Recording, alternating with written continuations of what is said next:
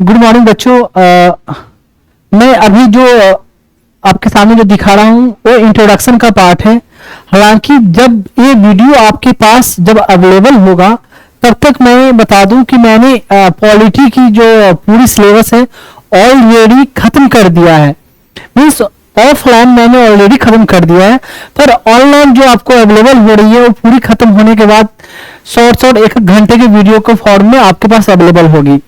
हालांकि जब क्लास ली गई है तो क्लास लगभग एक क्लास 3.5 आवर 4.5 आवर ऑलमोस्ट इतना चला है, पर ऑनलाइन जो आपके पास अवेलेबल होगी वो काट कर 1 आवर के अप्रोक्स आपके पास अवेलेबल होगा। क्योंकि अगर ऑनलाइन अगर पूरी क्लास को एक साथ अगर आप पढ़ेंगे या सुनेंगे तो काफी हेक्टिक या बोरिंग जैसा हो जाता है ऑनलाइन के फॉर्म में। इसलिए मैंने वीडियो जो रखी है काट के रखी है। और इंट्रोडक्शन देने का वीडियो का इस इंट्रोडक्शन का पर्पस ये है कि मैं आपको बताना चाहता हूं कि मैं क्यों पढ़ा रहा हूं और कैसे आपको पढ़नी है और इसमें मैंने कैसे आपको पढ़ाया है। ये सब बातें मैं अभी शॉर्ट में थोड़ा बताऊंगा। बाकी डिटेल बातें तो मैंने जो पढ़ाया है वहां बीच बीच में हर जगह मेंशन है, बताया है मैंने। पहली बात मैं बता दूं कि मैं जो जिस लैंग्वेज को मैंने पढ़ाने में रखा है तो नोट्स के फॉर्म में या स्लाइड के फॉर्म में देखें तो मैंने कंप्लीट इंग्लिश रखी है, पर एक्सप्लेन करने में मैंने मिक्स लैंग्वेज का इस्तेमाल किया, हिंदी और इंग्लिश। ये इस पर्पस से क्योंकि इंडिया के जो मैक्सिमम स्टेट कहें तो मैक्सिमम स्टेट में मैक्सिमम बच्चे हैं कुछ कुछ छोड़कर जो हिंदी समझ लेते हैं।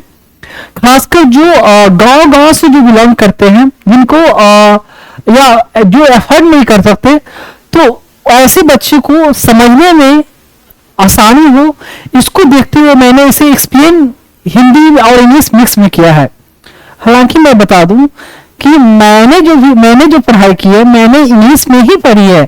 मेरे लिए भी हिंदी में एक्सप्लेन करना बहुत सारे बातों को डिफिकल्ट हुई है, तो कोई नहीं, फिर भी मैंने जितना हो सका है अच्छे तरीके से डिटेल तरीके से मैंने एक्सप्लेन करने की कोशिश की है।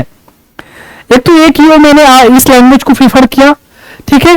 दूसरी बात मैं बता दूं कि जो मैंने चैप्टर जो पढ़ाया है तो आपको जैसे बुक में जो चैप्टर दी होती है कि एक चैप्टर नाम है उस चैप्टर के बारे में, ठीक है, पर ये पॉलिटी जो है समझने के हिसाब से देखा जाए तो ऐसे पढ़ाया नहीं जा सकता, ऐसे पढ़ाया नहीं जा सकता।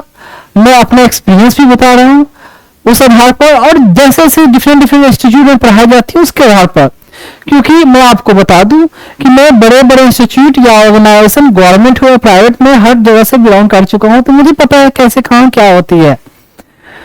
तो अगर मैंने एक चैप्टर को पढ़ाया है ना तो नोट्स के फॉर्म में बता दूं या जो स्लाइड के फॉर्म में जो मेंशन है आपको, वो एक चैप्टर के लिए पूरी मैंने नोट्स के फॉर्म में मेंशन किया है, पर एक चैप्टर को पढ़ाते वक्त मैंने डिफरेंट कई चैप्टरों को कवर किया है।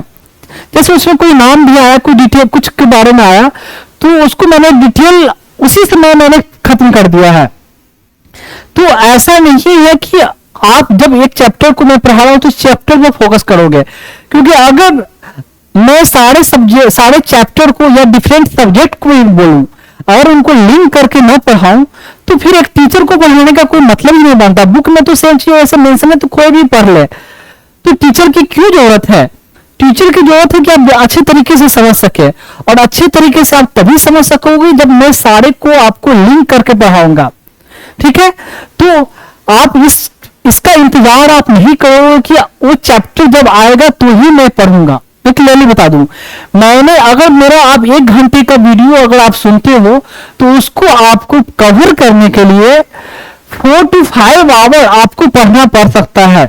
जैसे कि एक चैप्टर सिंपल नाम मैं देता हूं, सपोज मैं पढ़ा रहा हूं हिस्टोरिकल बैकग्राउंड इंडियन पॉलिटी की पहली चैप्टर है, उसे पढ़ा रहा हूं। तो उसे पढ़ाने में हिस्ट्री के बहुत सारे चैप्टरों की बात आती है, तो मैं वहां उसको जाकर मैंने कवर किया है। तो जब भले ही आप ये चैप्टर एक पढ़ रहे हो, पर जब मैंने उन हिस्ट्री वाले पर्सपेक्टिव को भी कवर किया है, मॉडर्न हिस्ट्री हो या एंशिएंट हो, व्हाटएवर हो या मेडिवल हो, ठीक है, या कोई फिजिक्स का मैटर या केमिस्ट्री का मैटर, व्हाट एवर। तो जब मैंने वर्बली कवर किया है ना, तो आपकी ये रेस्पॉन्सिबिलिटी बनती है कि आप बुक में उस चैप्टर के बारे में जाओ, जो मैंने पढ़ा है वहां से आप पढ़ो। आप जब भी जाके पढ़ोगे तो जितनी बातें मैंने पढ़ाई अगर उसको ध्यान से पढ़ा, अगर रिटेन रखा, तो आप उस चैप्टर को इजीली वे में आप समझ सकते हो, समझने में कोई डिफिकल्टी नहीं होगी। हालांकि मैंने कोशिश की है डेप्थ में जाने की, पर कभी कभी ये भी हो सकता है कि मैं हर एक पॉइंट को वर्बली कवर न कर पाऊं दूसरे चैप्टर से रिलेटेड। जैसे जिस चैप्टर को मैंने नोट्स के फॉर्म में कवर किया है उसे डिटेल तो मैं गया ही गया, इतना डिटेल मैं जा चुका हूं कि उतना डिफरेंट बुक्स में भी आपको नहीं मिलेगी, उस चैप्टर पर्सपेक्टिव से बोलूं। पर जिसको मैंने वर्बली कवर किया है ना, तो उसको माइट में मैंने पूरी जितनी बुक है उससे बियॉन्ड नहीं गया, ठीक है। पर आपको बुक में जाकर पढ़नी है और आपको समझकर उसको याद करना है, ठीक है। तो ऐसे, तो इसलिए मैंने बोला ना कि आप अगर सर्च कर देखोगे ना, तो सर्च करके कुछ चैप्टर का नाम ही आएगा, पर ऐसा लगेगा कि एक चैप्टर को रहते हुए बारे में जब आप सुनोगे ना अगर, तो लगेगा कि बहुत सारे चैप्टर खत्म हुई है, ठीक है। तो इसलिए मैंने ये बता दिया कि आपको उतनी मेहनत करनी है साथ में। और इस एग्जाम को, जो एग्जाम के लिए मैं पढ़ा रहा हूं सिविल सर्विसेज के लिए, तो इस एग्जाम को क्वालिफाई करने के लिए कोई शॉर्ट फंडा नहीं होता या कोई क्रैश कोर्स नहीं होता है कि कोई किसी को 1 मंथ का कोर्स करा दे और you will be able to qualify. Nothing happens like that, I am telling you clearly, मैं आपको क्लियरली बता दूं। इस एग्जाम की छोड़ दो, यहां तक कि कोई ग्रुप डी के एग्जाम के लिए बात कर दूं ना, तो उस एग्जाम को क्वालिफाई करने के लिए किसी को 1 महीने का क्रैश कोर्स करवा दिया जाए और वो क्वालिफाई हो जाए, ऐसा नहीं होता है। अगर कोई ऐसा करते हैं तो आप खुद समझ लो ऐसा नहीं हो सकता। जब तक आप पहले से डेप्थ में नहीं गए हो, पढ़े नहीं हो, तब तक क्वालिफाई नहीं कर सकते। जब मैंने यहां पढ़ाया है तो मैंने प्रीलिम्स, मेंस, इंटरव्यू, ठीक है, प्रीलिम्स, मेंस, इंटरव्यू तीनों को पर्सपेक्टिव को देखते हुए मैंने कवर किया है कि प्रीलिम्स को ऐसा नहीं है कि जब पढ़ाई जाती है तो प्रीलिम्स के लिए अभी पढ़ेंगे, मेंस के लिए बाद में पढ़ेंगे और वो क्वालिफाई होने के बाद इंटरव्यू की तैयारी करेंगे। बिल्कुल नहीं, ऐसा नहीं होता है। तो बीच बीच में हर चीज को मैंने डिस्कस किया है, जो मेरा भी एक्सपीरियंस रहा है, एक तो ये सब चीज, तो सारी चीज को मैंने कवर की है। अब खुद पढ़ोगे, जब सुनोगे, देखोगे तो आपको खुद ये पता चल जाएगा। देखिए कोई, क्योंकि कुछ बच्चे ऐसे बोलेंगे कि मैं किसी चैप्टर को बहुत डिटेल में गया, बहुत डेप्थ में गया, तो क्यों डेप्थ में गया, मैं सब चीज दिखाऊंगा कि एग्जाम में कैसे कैसे क्वेश्चन पूछे गए हैं, कैसे लिखना है। जब ध्यान से वाकई में सुनोगे, क्वेश्चन देखोगे मतलब मैं सब दिखाऊंगा सामने, तो आपको लगेगा कि इतना भले डेप्थ में पढ़ा है, पर ये इतना डेप्थ, ये भी फिर भी ऐसा नहीं कि बहुत डेप्थ है, इतना हमें जानना है। क्योंकि जिस एग्जाम के लिए पढ़ रहे हो ना, ऑफिसर के लिए, क्लास ए ऑफिसर, IAS, IPS, IFS और व्हाटएवर जितने सारे सर्विसेज उस एग्जाम के लिए पढ़ रहे हो, तो उस एग्जाम के लिए बच्चों के पास उतनी कैलिबर होनी चाहिए, क्योंकि उस ढंग से वहां आपको परफॉर्म करनी है, वहां काम करनी है। इसलिए मैं आपको बता दे रहा हूँ कि ऐसे आप कितने बच्चे सोचेंगे कि बहुत डिटेल टफ है, ये है, बकवास पढ़ा रहे, इतना जाने की जरूरत ही नहीं है। तो ऐसा अगर सोचोगे तो ऐसे क्वालिफाई होने से रहा नहीं हो सकते। जो फैक्ट है, जो फैक्ट बात है। अब कितना घंटा पढ़ना है, ये सब वो बीच बीच में मैं डिस्कस करूंगा। एक तो ये समझ गए कैसे पढ़ना, की लैंग्वेज में क्यों कवर किया और कितनी आपको मेहनत करनी है, ये बता दिया। मैं दूसरी बात मैं बता दूं कि मैं जो ये पढ़ा रहा हूं उसका पर्पस क्या है। उसका पर्पस मेरा क्या है कि बेसिकली ये पढ़ाना एक तो बच्चों को, मतलब जो गरीब बच्चे भी है वो भी समझ सके, एक तो ये, ठीक। दूसरी बात, इसको पढ़ाने का मेरा एक और पर्पस क्या है कि मुझे एक प्रश्न मैं बता दूं, फंड रेज करना। उन बच्चों के लिए मैं फंड रेज करना चाहता हूं जो बच्चे ऑर्फेन या अनाथ है, जिनकी कोई नहीं है दुनिया में, माँ बाप कोई नहीं है, ठीक है। तो उन बच्चों के लिए मैं फंड रेज कर रहा हूं। और दैट्स मैं पर्सनली बता दूं कि मेरा ये जो ड्रीम है, गोल है, लक्ष्य है, व्हाटएवर बोले आपको, कि इंडिया के हर स्टेट से मिनिमम मैं एक बच्चे को मैं अडॉप्ट करूं, मिनिमम एक, हर इंडिया के हर एक स्टेट से। तो उसे, उन बच्चों को नर्चर करने के लिए, नरिश करने के लिए, परवरिश करने के लिए मुझे सफिशिएंट अमाउंट की जरूरत है। तो उसके लिए एक तो ये पढ़ा रहा हूं ताकि मैं फंड रेज कर सकूं बच्चों के लिए, ठीक है।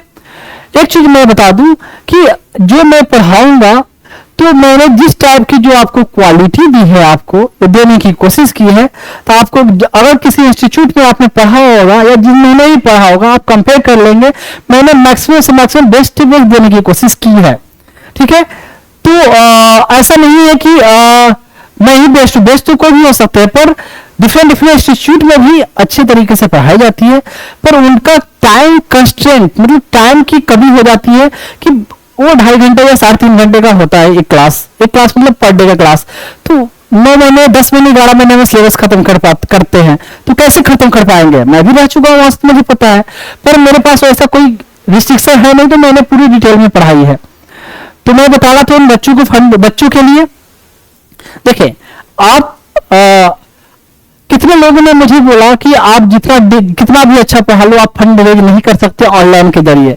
क्यों? चलो कोई मान लिया भी जाए, पर जिनको ये खुद रियलाइज होगा वो खुद देंगे, कोई कंपल्सरी नहीं है। और कोई ऐसा मेरे पढ़ाने में ऐसा नहीं है कि जब तक आप लिंक को पेमेंट नहीं करोगे आप आगे देख नहीं सकते।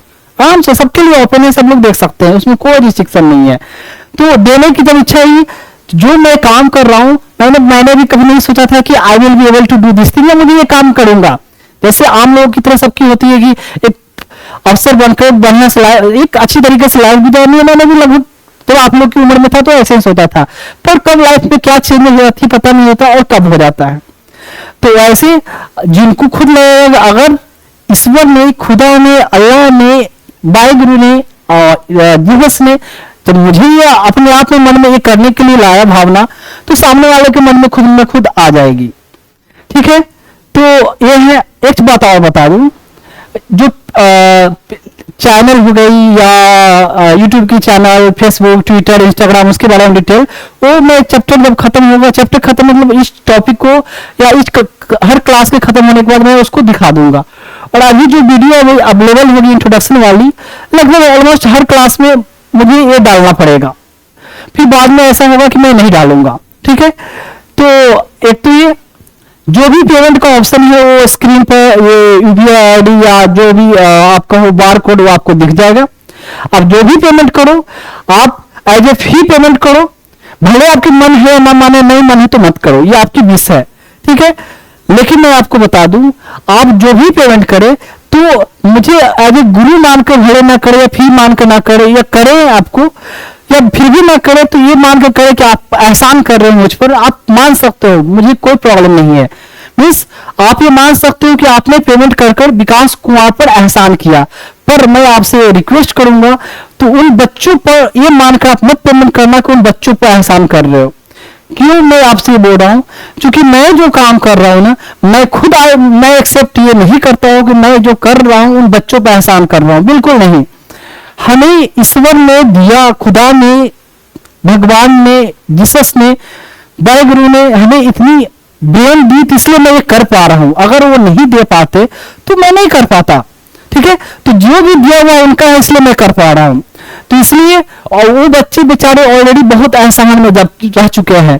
एक बच्चे को बिना माँ बाप का पलना बड़ा होना कितना डिफिकल्ट होता है, खुद सोच कर देखो। जब एक बच्चे की माँ चली जाए 1-2 दिन के लिए तो कितना बच्चा रोता है, तो उन बच्चों की हालत क्या रही होगी।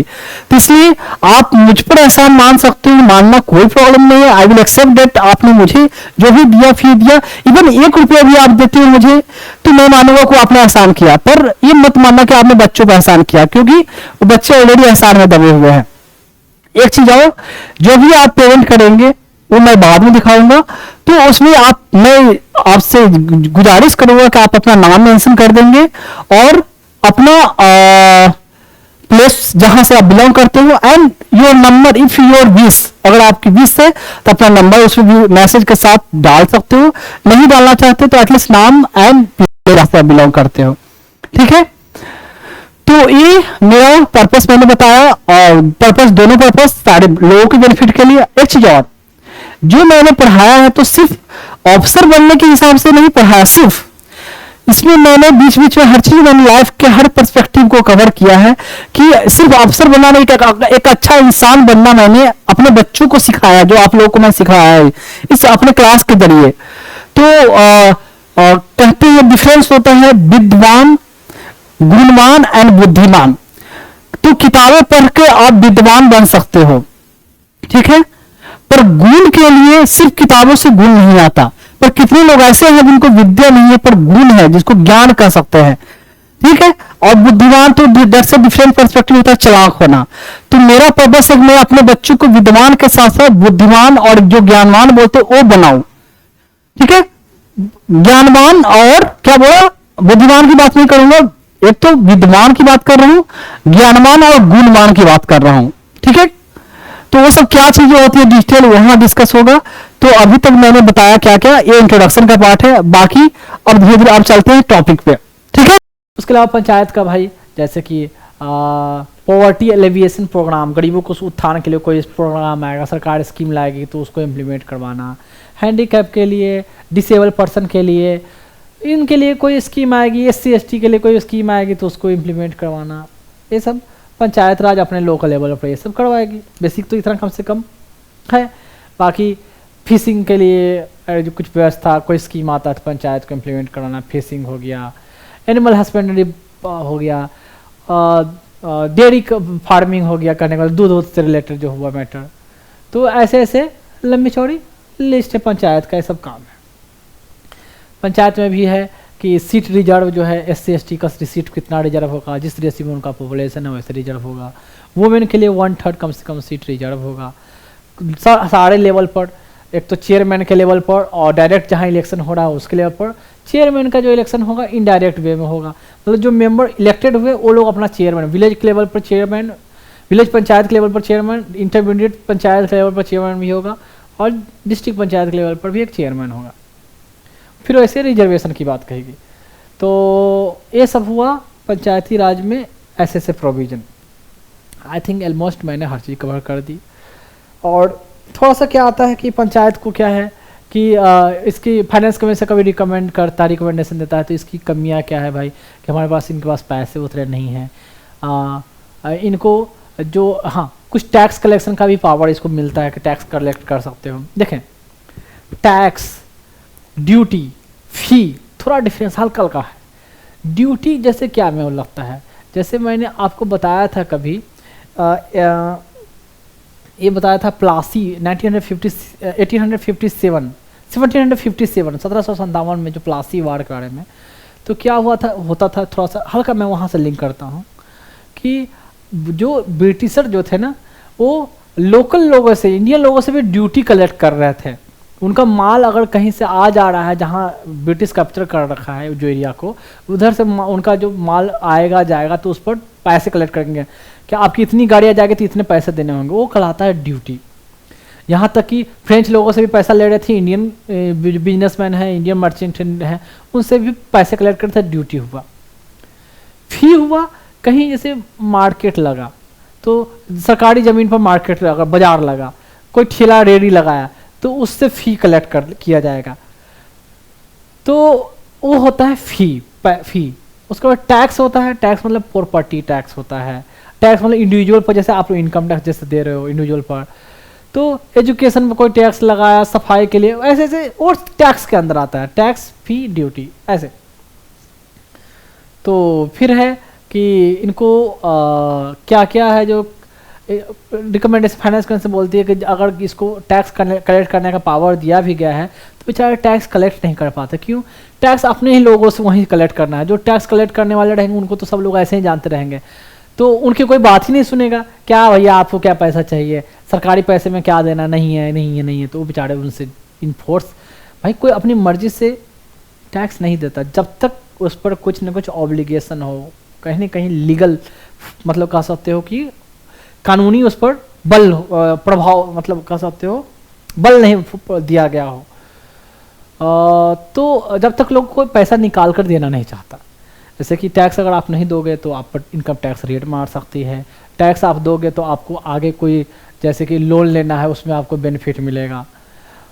तो इनकम टैक्स रेट का हर कोई को डर है, तो ईडी छापा मारती है कि जितना इनकम है उससे कहीं ज़्यादा पैसे आपके पास है, प्रॉपर्टी ज़्यादा है, जो आप इनकम दिखाते हो, जो भी हो, कहीं ना कहीं कानून से डर है तो लोग टैक्स देते हैं। तो वहाँ टैक्स वैक्स लोग दे नहीं रहे हैं, कोई ऐसे फीस भी कुछ नहीं देता है, कोई ड्यूटी व्यूटी जो भी दिया गया है पावर कलेक्ट करने का, वो चीज़ बेचारे कलेक्ट नहीं कर पा रहे हैं।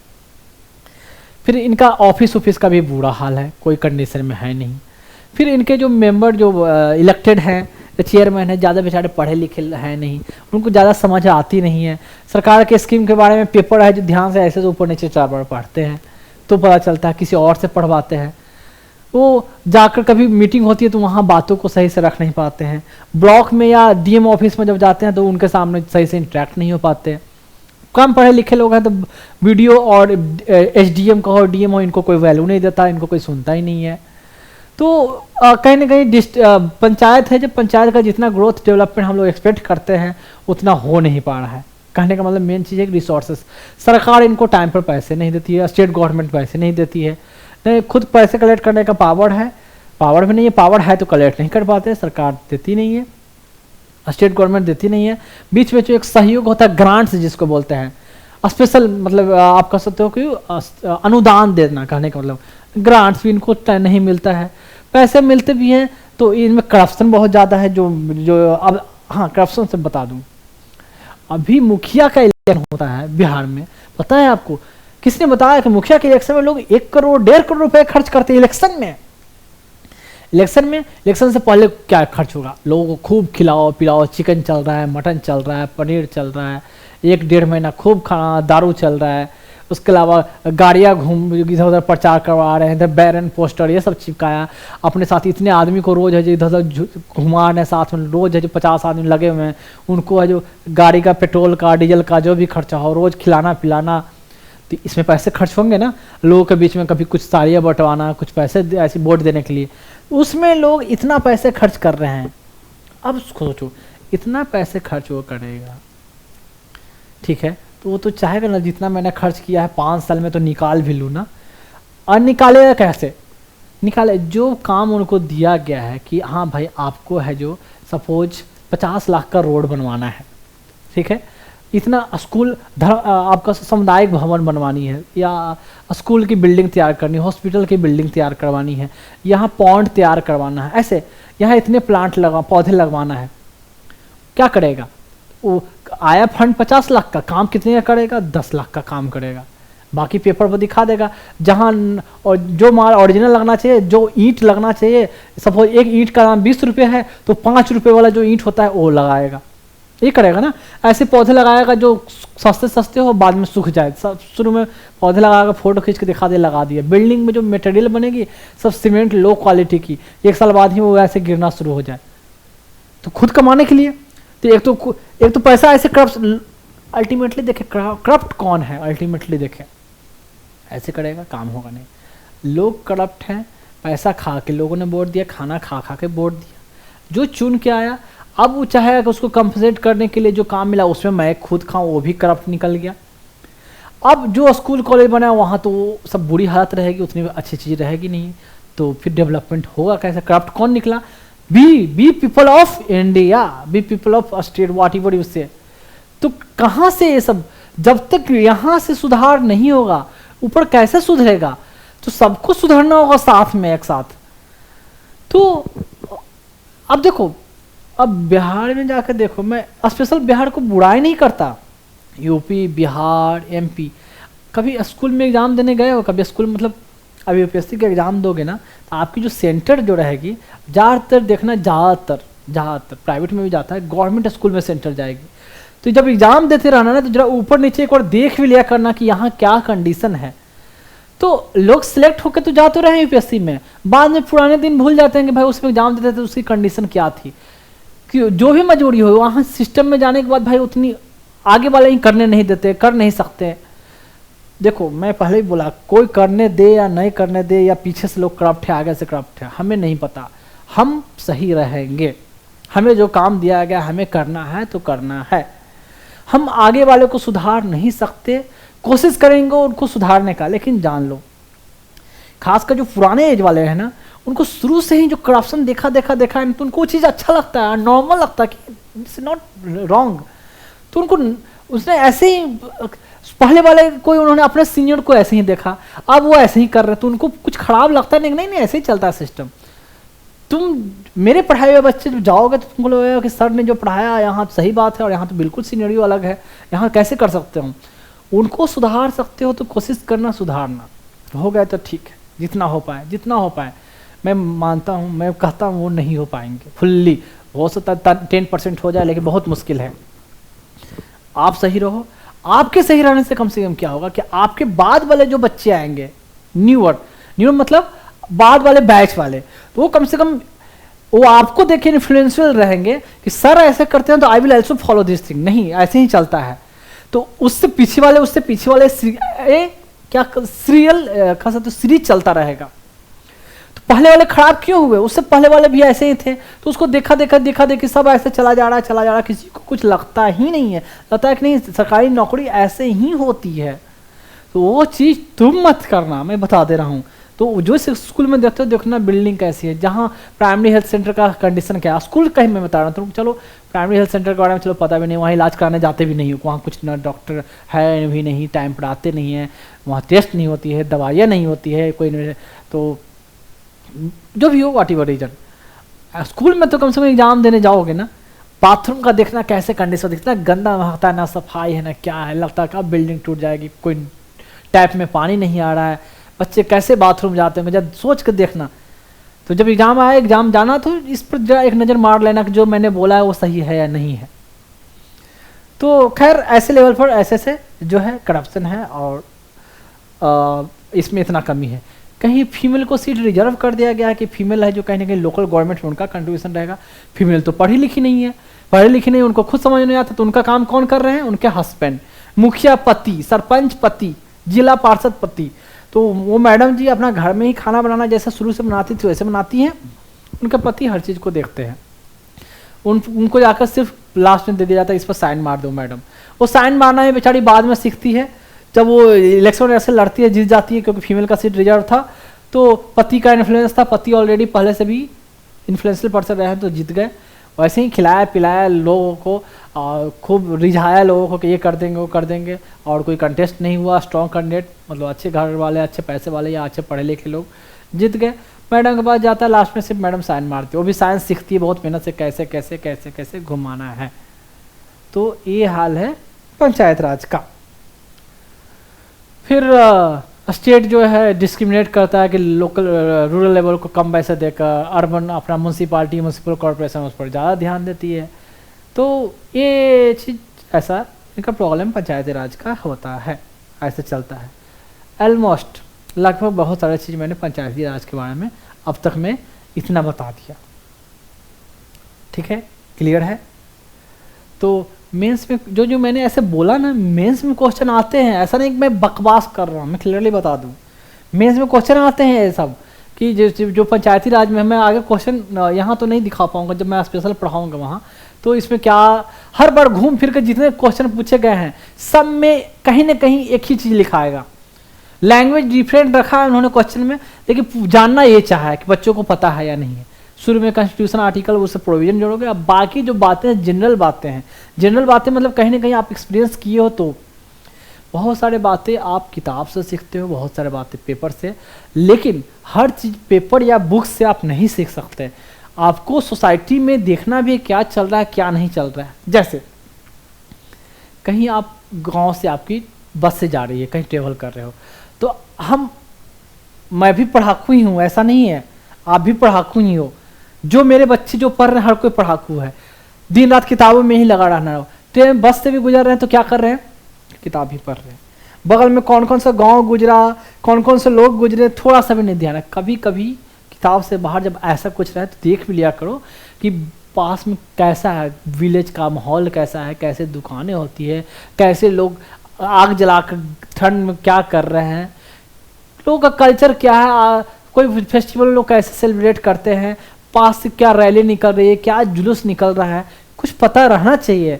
ऐसा नहीं है कि ये तो वही बात हो गया ना कि हमें बहुत सारी बातें हमारे पास में कौन है, पड़ोस में क्यों है, उसका पता नहीं होता है, लेकिन फेसबुक के जरिए, इंस्टाग्राम के जरिए, ट्विटर के जरिए अमेरिका में कौन रह रहा है, लंदन में कौन रह रहा है, दिल्ली में कौन रह रहा है और बम्बई में कौन रह रहा है, उसका इन्फॉर्मेशन है, लेकिन पड़ोस का इन्फॉर्मेशन नहीं है। क्यों? हम इंटरनेट पर सिर्फ लगे हुए हैं, वो खोल कर देखते रहते हैं, हाँ वो अपलोड किया, उसको लाइक किया, पेस्ट किया, बगल वाले लोग से ही बात नहीं करते हैं, कौन है उनसे कोई इंटरेक्शन ही नहीं करते हैं। ऐसे लाइफ का कोई मतलब ही नहीं है, कोई मतलब ही नहीं है। किताब पढ़ना तो है, खूब पढ़ना है, लेकिन जहाँ भी आसपास, कभी ट्रेन से भी गुजर रहे हो तो सिर्फ आसपास में अच्छे अच्छे गांव से ट्रेन क्या है, क्या फील्ड से गुजरती है, मतलब इधर उधर खेत बाजार होते, तो देखोगे भाई अभी इस सीजन में क्या की खेती चल रही है, नजर होकर देखेगा ना, हाँ भाई गेहूं का सीजन होता है। सिर्फ ज्योग्राफी में पढ़ लिए कि हाँ विंटर क्या बोलते हैं आप, क्या पैडी का या वीट का कब है, जो सोइंग बोया कब जाता है, उसकी फसल जो है क्रॉप्स की जो कटिंग कब किया जाता है, प्रोसेसिंग कब होता है, सिर्फ बुक से पढ़ लिए, वो देखोगे तो कहीं ज़्यादा याद रहेगा, समझोगे भी। जब फील्ड लेवल पर ऑफिसर बन के आप जाओगे तो उसमें आपको नया नहीं रहेगा, सिर्फ किताबी भाषा बोलोगे। ये तो यही बात होगा, किताब में बफेलो बफेलो देखें, काला बफेलो होता है। अब बच्चे के सामने जब कोई काली गाय आ गई तो उसको देखकर बच्चा क्या बोलेगा, पापा दिस इज बफेलो ना, क्योंकि ब्लैक जो देखता था तो बफेलो होती थी, दिस इज बफेलो ना। बस तरीके कभी गाँव का भी देखो, कभी चक्कर मारो जाओ, या कहीं मौका मिले ट्रेन से भी गुजर रहे हो, बस से भी गुजर रहे हो, तो इधर उधर देखो क्या खेती होती है, कैसे वो लोग खेती कर रहे हैं, कुछ दिख जाता है, ऐसा नहीं कि नहीं दिखता है। लोग ट्रेन में भी जा रहे हो तो लोग कैसे बातें करते हैं, क्या इंटरेक्ट करते हैं, कैसा बिहेवियर है उनको, क्योंकि अल्टीमेटली आप ऑफिसर बन के जा रहे हो, you are going to serve the people. तो पीपल का फीलिंग क्या है गवर्नमेंट के प्रति, आपस बात भी करते रहते, सुनो क्या है उनका ओपिनियन, क्या रहता है, क्या सोच होती है लोगों की, सब पता रहना चाहिए। इतना ऐसा नहीं कि सिर्फ किताब की बात जान रहे हैं, उससे बियॉन्ड तो जानते ही नहीं है। मैं इसलिए बोल रहा हूँ, कितने बच्चे ऐसे होते हैं, माँ बाप के बच्चे सिर्फ दिन रात किताब में रूम में बंद करके पढ़ते हैं, उसके अलावा इधर की दुनिया उधर की दुनिया कुछ नहीं पता होता है। You are very good in subject, exam top करते हो, अच्छा रैंक लाते हो, और इंटरव्यू में तो अच्छी इंटरव्यू में तो क्या कहीं ना कहीं थ्योरेटिकल क्वेश्चन ही पूछते हैं लोग, घूम फिर के देखो, किताबी नॉलेज अच्छा तो आप अच्छा आंसर कर दोगे। ऐसा नहीं है कि आपकी इंटेलेक्चुअलिटी डिफरेंट को टेस्टिंग कर लेंगे, नहीं, लेकिन फील्ड लेवल पर जब काम करने की बात है तो चुरकट सा हरकत करते हैं, डिसीजन ले नहीं पाते हैं। कभी एकदम थ्योरेटिकल टाइप का डिसीजन लेना, कभी कभी आप सिस्टम में जाते हो तो सिर्फ किताबी डिसीजन नहीं होता है, वहाँ का एटमॉस्फेयर, लोकल रीजनल कंडीशन क्या है वहाँ का, उसको देख कर भी डिसीजन लिया करना पड़ता है आपको। तो वो चीज़ को आपको पहले से भी पता होनी चाहिए, ऐसा नहीं कि बिल्कुल पता नहीं हो। तब कॉन्स्टिट्यूशन में ये मेंशन है, ये प्रोविजन है, ये एक्ट कहता है तो हमें ये इम्प्लीमेंट करना, हर जगह ये चीज़ ये इम्प्लीमेंट नहीं होती है। मैं सिंपल सा मेडिकल फील्ड में भी ऐसे सिंपल बता दूं, जो डॉक्टर होते हैं तो किताब में पढ़ते ये बीमारी में ऐसे ऐसे दवा, इतना डोज, रियल में जब प्रैक्टिस करते हैं जो पेशेंट पर, तो सेम फार्मूला अप्लाई नहीं होता है। वो पेशेंट का इकोनॉमिकल अफोर्डेबिलिटी क्या है, पेशेंट का बॉडी बिल्डअप क्या है, उसका कितना प्रॉब्लम है, कितना डोज देना है, वो आपको प्रैक्टिस से आती है। सिर्फ किताब पढ़ने से आप पेशेंट का ट्रीटमेंट नहीं कर सकते। मैं बता दूं, जो डॉक्टर हैं, डॉक्टर तो मैं भी रह चुका हूँ, मैं बता देता हूँ, सिर्फ किताब पढ़ के बहुत सारे लोग हैं किताब में बहुत एक्सपर्ट है, एकदम एक एक पॉइंट एक एक लाइन पूछ लो, हैरिसन की बातें एक लाइन में पूछ लो बता देगा, कैटजन की बातें पूछ लो, कैटजन होती है फार्माकोलॉजी बुक, उससे पूछ लो बता देगा। लेकिन पेशेंट ट्रीटमेंट की बारी में आई तो ये करना है वो करना है, कन्फ्यूज लोगों ने, पेशेंट ही क्यों नहीं कर रहा है, कभी ये चला दे रहा है, कभी ये चला दे रहा है, कभी हाई हाई चीज़ चला दे रहा है, लेकिन क्यों नहीं हो पा रहा है। पेशेंट उसके पास जाते नहीं है, सेटिस्फाई नहीं होते हैं उससे, ठीक नहीं हो पा रहे हैं। लेकिन नॉलेज तुम कुछ भी पूछ लो, एग्जाम ऐसे ही निकाल दिया है, हर चीज़ आता है उसे। तो वैसे जो अब जाते हो सर्विस में तो एग्जाम निकालना दैट्स अ डिफरेंट थिंग, लेकिन आपको मैं इतना कहीं ना कहीं मैच्योर बना रहा हूँ, आपको सिस्टम के बारे में पता होनी चाहिए क्या होता है। तो कहीं ना कहीं एग्जाम आप कोई सर्जरी करने के लिए, कोई बिल्डिंग आप डिजाइन करने के लिए नहीं जा रहे हो, एडमिनिस्टर करने के लिए जा रहे हो, तो सोसाइटी को एडमिनिस्टर करना है, तो सोसाइटी में क्या होता है क्या नहीं होता है कैसे पता रहना चाहिए, समझ गए। तो ये बोलने का ये मतलब है। अब देखो ये तो ये हुआ ये हुआ ये हुआ, अब इसके बाद देखो अर्बन गवर्नमेंट में भी है ना डिफरेंट टाइप्स होते हैं, जैसे कि म्यूनसिपाल्टी, म्यूनसिपल कॉरपोरेशन, ठीक, उसके अलावा notified area committee, town area committee, कहते हैं पोर्ट ट्रस्ट होता है, कैंटोनमेंट बोर्ड होता है, स्पेशल पर्पस एजेंसी, ऐसे ऐसे। लेकिन कॉन्स्टिट्यूशन में क्या है ना, म्यूनसिपाल्टी को ऐसे बांटा गया है कि जो मैंने बताया म्यूनसिपाल्टी में भी तीन अलग से बांटा गया कि म्यूनसिपाल्टी तीन टाइप के होंगे। जो ये हुआ म्यूनसिपल कॉर्पोरेशन, जो ये है म्यूनसिपल कॉर्पोरेशन, काउंसिल एंड नगर पंचायत। बड़े लेवल पर काउंसिल जो है, थोड़ा इधर मैं बता देता हूँ। देखो म्यूनसिपल काउंसिल जो होगा, जितने काउंसलर जो इलेक्ट होंगे तो एक फॉर्म करेंगे, म्यूनसिपल काउंसिल कहलाएगा। म्यूनसिपल नगर कह सकते हो, नगर पालिका परिषद कह सकते हो, परिषद, म्यूनसिपल काउंसिल। उसके मेंबर कौन होंगे? Municipal councillor. एक मेंबर चेयरमैन, उसके जो चेयरमैन होंगे वो मेयर कहलाएगा। एक काउंसिल हो गया। फिर म्यूनसिपल कमेटी होती है। कमेटी में क्या होता है कि किसी को बांट दिया जाता है। कमेटी में कई मेंबर होते हैं कि आपको हेल्थ देखना है, एजुकेशन देखना है, फाइनेंस देखना है, ऐसे ऐसे मेंबर नॉमिनेट किया जाता है, उसमें अपॉइंट किया जाता है। म्यूनसिपल कमिश्नर, एक म्यूनसिपल कॉरपोरेशन का एक कमिश्नर जो IAS ऑफिसर होता है, काफ़ी सीनियर जो होते हैं उनको बनाया जाता है। वो एग्जीक्यूट करना, कार्यान्वयन, जो सारे जो म्यूनसिपल लेवल पर जो है उसको एग्जीक्यूट करने का मतलब काउंसिल, जो काउंसलर जो है वहाँ एक तरह से लॉ ड्राफ्ट करने का काम करने का मतलब उनका होता है काउंसलर का, इनको एग्जीक्यूट करने का म्यूनसिपल कमिश्नर।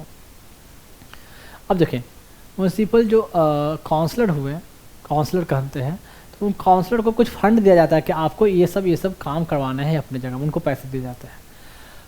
वहाँ से पैसे निकलने के लिए, साइन करने के लिए म्यूनसिपल कमिश्नर जो होंगे वहाँ से, कमिश्नर ऑफिस से ये सब साइन होंगे, इतने पैसे आपके अलॉट होंगे, इतने पैसे फंड मिलेंगे, आपको काम करवाना है। तो म्यूनसिपल कमिश्नर का एक ऑफिस होगा, वहाँ के वे हेड होंगे, सारे फाइल पर अल्टीमेट जो साइन, पूरे दिन फाइल पर ही साइन करने में म्यूनसिपल कमिश्नर बिजी होता है। कोई भी आप पोस्ट पर जाओगे, आप बड़े पोस्ट पर, कोई भी फाइल फाइल फाइल फाइल, इतने से नीचे से लेवल पर उतनी फाइल हो जाती है कि साइन करते करते करते करते परेशान हो गया। होता है, देख चुका हूँ तो मुझे पता है, बता रहा हूँ। तो ये होता है। देखो जो होंगे उनसे पूछ सकते हो, अभी जो है मैंने बता दिया एक्सपीरियंस, जब जाओगे तो एक्सपीरियंस करोगे ही।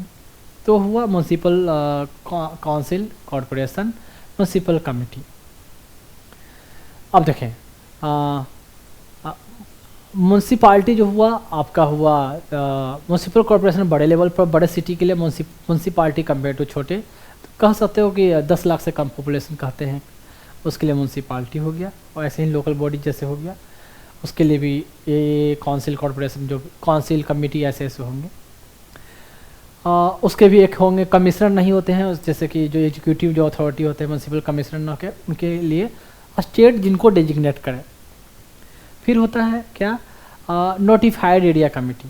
तो कुछ एरिया जो फास्ट ग्रो कर रहा है, फास्ट डेवलप कर रहा है, उसके लिए भी एक लोकल लेवल पर, मतलब कहीं ना कहीं वहाँ से इकोनॉमिक, वहाँ से कहीं ना कहीं इंडस्ट्री सेटअप हुआ, डेवलप हुआ, उसके लिए, उसको आसपास के लिए सिविक एडमिनिस्ट्रेशन के लिए, सिविक मतलब क्या, रोड, नाली, लाइटिंग, ये सब वहाँ के लोकल लेवल पर, एजुकेशन, सफाई, कूड़ा करकट हटवाना, मेला लगना और मार्केट लगना, ये सब करने वाला सिविक फंक्शन के लिए नोटिफाइड एरिया कमेटी, उसको डेजिग्नेट कर दिया जाता है। उसके लिए पर्सन नॉमिनेट कर दिए जाते हैं कि हाँ ये चीज़, ये आप देखोगे, डिफरेंट काम बांट दिया जाता है, नोटिफाइड एरिया कमेटी। फिर आता है आपका कह सकते हो क्या, टाउनशिप जो है। टाउनशिप जो होता है क्या, कि ऐसे बोलते हैं उसको, टाउनशिप बोलते हैं कि जहाँ कोई पब्लिक इंटरप्राइजेज हो, सरकार की कोई बड़ी कंपनी हो या इंडस्ट्री हो, उसके चारों ओर आसपास के एरिया को सिविल, जहाँ उसके एम्प्लॉय सब रह रहे हैं, उनको क्वार्टर है, रेसिडेंस है, वाटिवर, वहाँ के एडमिनिस्ट्रेशन करने के लिए टाउनशिप होता है।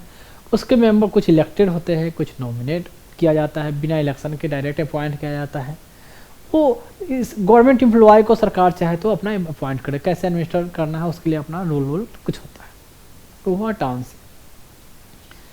कैंटोनमेंट बोर्ड होता है क्या, कि कहीं अगर डिफेंस की, मिलिट्री का, या कह सकते हो कि ट्रूप्स जहाँ रहते हैं, मतलब छावनी है, ठीक है, उसके आसपास के एरिया का भी जो सिविलियन लोग रहते हैं उसके एडमिनिस्ट्रेशन करने के लिए एक होता है कैंटोनमेंट बोर्ड। जैसे दानापुर कैंटोनमेंट बोर्ड, दानापुर का जो एरिया छावनी है उसके आसपास का सिविक एडमिनिस्ट्रेशन।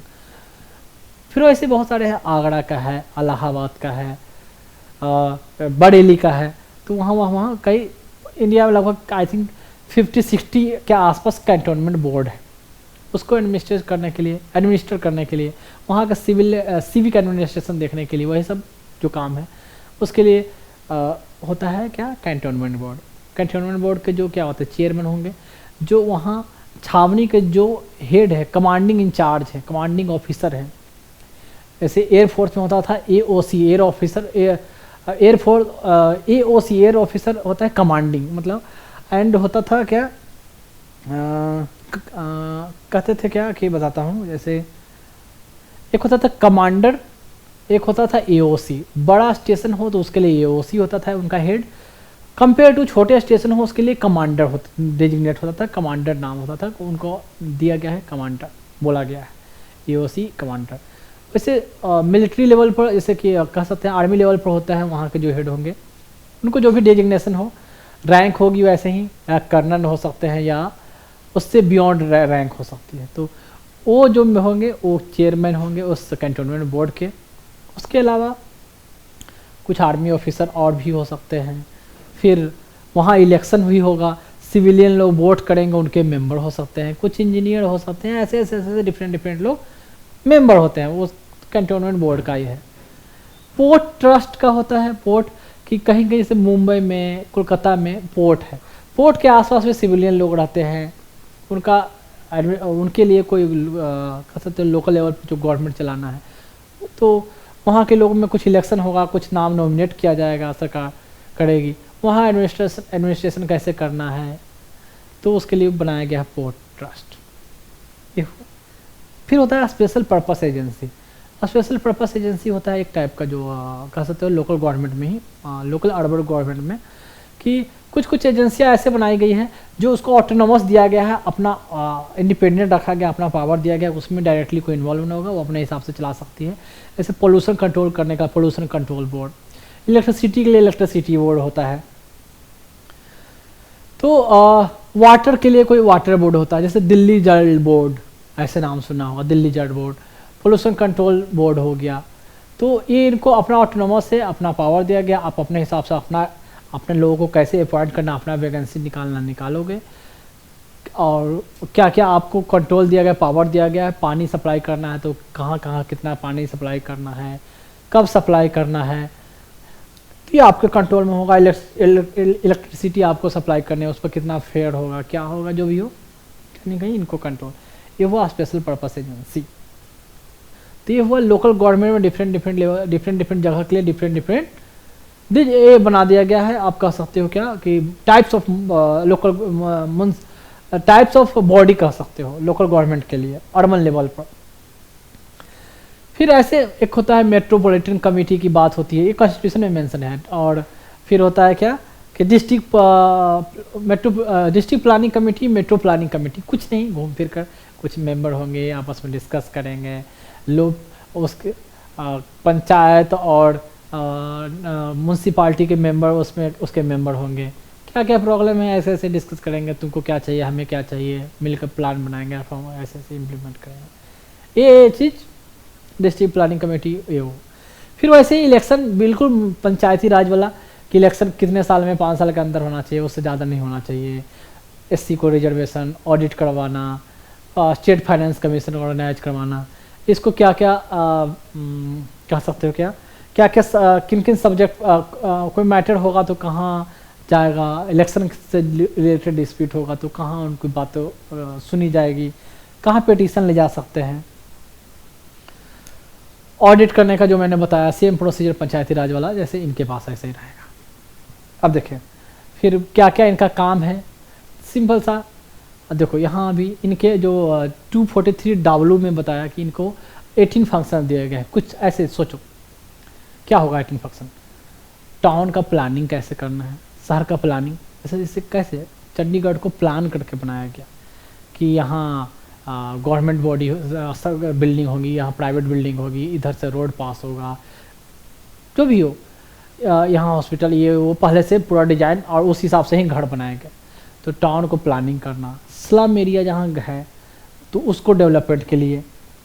फिर बिल्डिंग का कंस्ट्रक्शन है तो कितना फ्लोर बिल्डिंग आप तैयार कर सकते हो, उसके लिए अपना उस पर टैक्स लेना, ये क्या है म्यूनसिपाल्टी का जो है अधिकार होगा इस पर। उसके लिए फंक्शन वो उनका काम होगा इसको कंट्रोल करना। फिर वही सेम चीज़ बात, सॉलिड वेस्ट मैनेजमेंट, कूड़ा करकट हटाना, पानी का अरेंजमेंट करवाना, इलेक्ट्रिसिटी का हो गया, फिर पार्क, गार्डन, प्लेग्राउंड अब बनवाना, उसको अरेंजमेंट करवाना, बस स्टॉप। फिर आप बोल सकते हो क्या कि कहीं आप कोई मार्केट का है, मेला लग रहा है, वो सरकारी कह सकते हो कि म्यूनसिपाल्टी की जो लैंड है उस पर उससे उसको कंट्रोल में रखना, उसको कंट्रोल करना। सेम बात पॉवर्टी एलिवेशन प्रोग्राम, वुमेन को डेवलप वेलफेयर के लिए कोई प्रोग्राम इम्प्लीमेंट करवाना, हैंडीकैप के लिए, मेंटली रिटार्डेड के लिए, और प्रोफेशन पर जो देख रहे हो जैसे क्या बोल सकते हो, स्लॉटर हाउस जो है, जानवर को जहाँ किलिंग किया जाता है, जैसे कि कसाई खाना बोलो, बुचर हाउस बोलो, व्हाटएवर, उस पर एनिमल क्रूएल्टी उसको कंट्रोल करना, उस पर ध्यान रखना। फिर मॉर्चुअरी जहाँ या तो जहाँ मरने के बाद बॉडी दफनाई जाती है, जहाँ जलाई जाती है, ब्यूरियल किया जाता है, इलेक्ट्रिक मॉर्चुअरी है वहाँ, वो सबको कंट्रोल करना। उसके लिए बर्थ होता है, डेथ होता है, और रजिस्ट्रेशन जैसे होता है ना, म्यूनसिपाल्टी से आपको बर्थ सर्टिफिकेट चाहिए तो आपको जाना होगा कहाँ, वो नगर पालिका या नगर पंचायत से आपका कर सकते हो, नगर निगम से आपका बर्थ सर्टिफिकेट बनता है, तो वो सर्टिफिकेट बनाना इनका ही काम है। तो ऐसे छोटे लंबे छोटे ऐसे 18 फंक्शन इनको ऐसे दिया गया है। म्यूनसिपल कॉरपोरेशन को कहो या म्यूनसिपल पार्टी को कहो या लोकल अर्बन गवर्नमेंट को कहो। अब इनमें भी क्या लिमिटेशन है, वैसे ही फंड का भी, इनका भी वैसे ही है, फंड का लिमिटेशन है, सरकार से फंड नहीं मिलता, ग्रांट्स नहीं मिलता, ये लोन भी सरकार से ले सही से नहीं सकते, मिल नहीं पाता है। करप्शन तो वैसे ही करप्शन है, काम नहीं होता है। इनके साथ साथ इनका काम जो है किसी और बॉडी को भी, स्पेशल पर्पस जो एजेंसी ने बताया, इनका काम भी किसी और को दे दिया गया है। इनको टैक्स सही से मिल नहीं पाता है, टैक्स कलेक्ट नहीं कर पाते हैं। तो ऐसे इनका भी घूम फिर कर आपको, जैसे पंचायत का आप खुद सोसाइटी में देख रहे हो तो इनको क्या प्रॉब्लम है, या कैसे तो म्यूनसिपाल्टी जैसे पटना म्यूनसिपाल्टी क्यों नहीं, अगर ज़्यादा डेवलप है, क्यों रिसोर्सेज इसके पास उतरे नहीं है, क्यों, चलो मान ले रिसोर्स के कह सकते हो कि इनको टैक्सिंग पावर ज़्यादा नहीं दी गई है। टैक्सिंग पावर दिया गया है तो देखो, हम आप जो कह सकते हो पटना म्यूनसिपल कॉरपोरेशन में जो ऑफिसर हैं क्या करते हैं, देखो नीचे लेवल पर प्रॉपर्टी टैक्स है, कहा गया है अगर कि आपको कोई 2 फ्लोर का हाउस है अगर, तो आपको ईयर 5,000 टैक्स देना है। 4 फ्लोर का हाउस है तो 10,000 आपको प्रॉपर्टी टैक्स देना है। आदमी के पास जाएगा तो 4 फ्लोर का है तो आपको 10,000 देने होंगे। तो सर ऐसा करो 10,000 मतलब 6,000 मैं दे देता हूँ, 7,000 मैं दे देता हूँ। तो ठीक है, पेपर पर क्या दिखाएगा, 2 फ्लोर है, अब बाकी 5,000 दिखा के 2,000 रुपया खुद रख लिया, या पेपर पे 1 ही फ्लोर दिखाया, अब बाकी 1 फ्लोर का मान लें 2,000 रुपये बनता है, 2,500 बनता है, 2.5 फ्लोर पेपर पर दिखाया, बना हुआ है 4 फ्लोर, बाकी जो उससे आदमी से 7,000 लिए, आदमी सोचा क्या 3,000 मेरे बच गए, जो बाकी पैसा खुद रख लिया। तो टैक्स सही से कलेक्ट हो नहीं रहा है, तो म्यूनसिपल कॉर्पोरेशन के पास पैसे पहुंच नहीं रहे हैं। रोड पर ठेले वाले लगाते हैं म्यूनसिपल कॉर्पोरेशन के अगर जो ज़मीन पर, तो उसमें क्या करेंगे, ठेले वाले से पैसे खुद रख लिए, 10 ठेले लगते हैं तो दिखाया कि 2 ही ठेले लगे हैं, बाकी पैसा खुद ऑफिसर को हो या कर्मचारी को हो, खुद पैसे रखा गए। तो पैसा आए कहाँ से, पानी पर जो बिल लेना है, पानी का जो बिल लेना है, पानी का बिल सही से कलेक्ट नहीं कर रहे हैं, कोई पानी की चोरी कर रहे हैं, बिजली का भी, अगर बिजली तो ऐसा अब तो हो गया कि भाई टोटली प्राइवेटाइज हो गया, तो जो भी उनका सोर्स ऑफ इनकम रहा तो होना चाहिए, तो उतना इनकम कलेक्शन नहीं हो पा रहा है, उतना रेवेन्यू इनके पास है नहीं, सरकार भी देती नहीं है, क्योंकि सरकार कहती कि हम तो खुद पैसे नहीं है। स्टेट गवर्नमेंट बिहार में देखते हो बार बार नीतीश गवर्नमेंट बार बार क्या बोलती है कि हमें सरकार से पैसे चाहिए, स्पेशल स्टेटस और पैसे चाहिए, सरकार पैसे नहीं देती है। ऐसे ऐसे बहाने बात ऐसे चलते रहती है, और हम लोग खुद करप्ट हैं, अल्टीमेटली लोग करप्ट हैं, ऑफिसर तो है ही, लोग करप्ट हैं कि पैसा बचाने के चक्कर में देते नहीं है, और पैसा कोई और खा जा रहा है। अगर वो पैसा जाता है म्यूनसिपल कॉरपोरेशन को, बात अब ये है, तो लोगों को क्या लगता है कि ऑफिसर भी करप्ट है, हम पैसा देंगे तो फाइनली वो खा लेंगे, पैसा जमा करेंगे, फिर काम के लिए जो पैसा आएगा, जितना पैसा देना चाहिए खुद कमीशन खुद खा लेंगे, काम ज़्यादा होगा नहीं। तो ये लोग भी तो करप्शन करेंगे तो हम पैसा क्यों दें। घूम फिर के देखो ये साइकिल चला रहा है, जब तक साइकिल टूटेगा नहीं सुधार होगा नहीं। साइकिल में घूम फिर के वही फिसता लोग काम करेंगे नहीं। वो करप्ट है, वो सोचेगा वो करप्ट है, वो सोचेगा वो करप्ट है, हम क्यों दें, हम देंगे में तो यूटिलाइज सही से नहीं होगा। तो अल्टीमेटली अच्छा ना होने को जाए। क्या हो रहा है वो पता ही है, क्या देख रहे हो, इसमें बोलने की क्या बात है। ये सिस्टम का ऐसा हाल है। एग्ज़ाम बच्चे देते हैं, एग्ज़ाम में बहुत अच्छे तरीके से लिखते हैं। इंटरव्यू जब होता है तो इंटरव्यू में बहुत कॉन्स्टिट्यूशन की बात करते हैं, मॉरलिटी की बात करते हैं, एथिक्स की बात करते हैं। वाकई में जब बच्चा नया जाता है तो ऐसा रहता है, बाद में जब सिस्टम में जाता है तो देख कर ऐसे करप्ट। कुछ तो ऐसे रहते हैं कि आई थिंक जो 100% जो क्वालिफाई करते हैं उसमें 30% तो ऐसे रहते हैं जो आंसर अच्छे से करते हैं, लेकिन जाते हैं शुरू से मन में करप्शन का भावना ज़्यादा है तो खूब चूस लेना है, खूब लूट लेना है। लूट क्या लोगे, मर जाओगे तो कुछ तो लेकर नहीं जाओगे। बाल बच्चे गलत तरीके से वैसे होगा, बाल बच्चे भी वैसे रहेंगे, वैसे कमीने रहेंगे। एक जनरेशन के खत्म होने के बाद दूसरा जनरेशन को तुमको याद भी नहीं रहेगा, और तुमको याद भी नहीं करेंगे कोई थे जो बना के चले गए थे। बना के क्या गए, गलत करके तुम्हारे बाल बच्चे निकम्मे रहेंगे, उनसे कोई और लूट लेगा। तुम मर जाओगे, ऊपर से देखना होगा, देखते रहना है क्या हो रहा है, वो कोई और लूट लेगा। जितना गलत करोगे गलत तरीके से निकलेगा। हमेशा परेशान, ये टेंशन वो टेंशन, बीपी शुगर थायराइड, यहाँ दर्द वहाँ दर्द, नींद नहीं आ रही है, ये सुना के चला जाएगा, ये सुना। तो इतना गलत काम करोगे ऐसे ही हालत। जितना ऑनेस्ट सही तरीके से रहोगे, आप सही हो तो कोई आपको बोल नहीं सकता, कोई आप पर उंगली उठा नहीं सकता। आप बोल रहोगे, कॉन्फिडेंस से रहोगे, किसी के सामने जाना है, वेर हुईवर आपने गलत नहीं किया है तो आपके सामने पीएम हो, सीएम हो, प्रेसिडेंट हो, बिल्कुल दम, बिल्कुल फ्रैंक बोलोगे, कॉन्फिडेंस रहोगे, कोई डर ही नहीं। हाँ तो है, कोई नहीं ट्रांसफर कर देगा, जहाँ जाएंगे वहाँ सही से वही काम करना है मुझे, मैं अपने ऑनेस्टी से करूँगा। क्या मतलब, वहाँ भी जाऊँगा तो यही काम करना, कहीं भी रहूँगा मुझे काम करना है, ऑनेस्टी से मैं करूँगा। जहाँ भी जाओ अपनी अलग पहचान बनाओ, लोग तुम्हें पोस्ट से तो जाने, ऐसा नहीं है कि लोग आपके पोस्ट और आपको रैंक से जाने, वो तो अलग शुरू में आइडेंटिटी है, लेकिन बाद में लोग आपके पोस्ट और रैंक से ना जान के आपको जाने, आपके नाम से रिस्पेक्ट हो। ऐसा ना हो कि जब तक आप पोस्ट पर हो, रिटायर होने के बाद कोई आपको कुत्ता भी नहीं पूछ रहा है। ये शो करेगा कि आपने पहले कितना अच्छा किया है, लोगों के लिए कितना अच्छा किया है।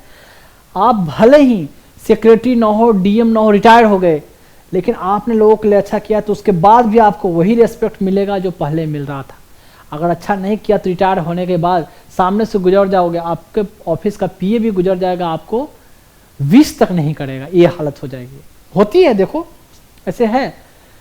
या जानबूझ के सामने आए तो नजर चुरा के निकल जाएगा कि सामने देखो ना, बुढ़े को कुछ बोलना ना पड़े, टोक ना दे। लेकिन आप अच्छा रहोगे तो कहीं भी जाओ वैसे ही। तो अल्टीमेटली रिटायर भी होगा तो इतने पैसे आपके पास रहेंगे कि आप अच्छी तरीके से खा सकते हो, पी सकते हो, शान से रहो। जिंदगी मिली है, मस्त जियो, शान से जियो, डर कर नहीं, किसी के दबाव में नहीं। गलत है तो गलत है, सही है तो सही है। कभी कभी अच्छा काम करने के लिए गलत रास्ते अपनाने पड़ सकते हैं। अच्छा काम जैसे कि ऊपर से प्रेशर आ गया कि वो काम आपको करना है, आपको पता है वो गलत है, तो उसको ना करना है तो कुछ अलग तरीका अपनाना पड़ेगा।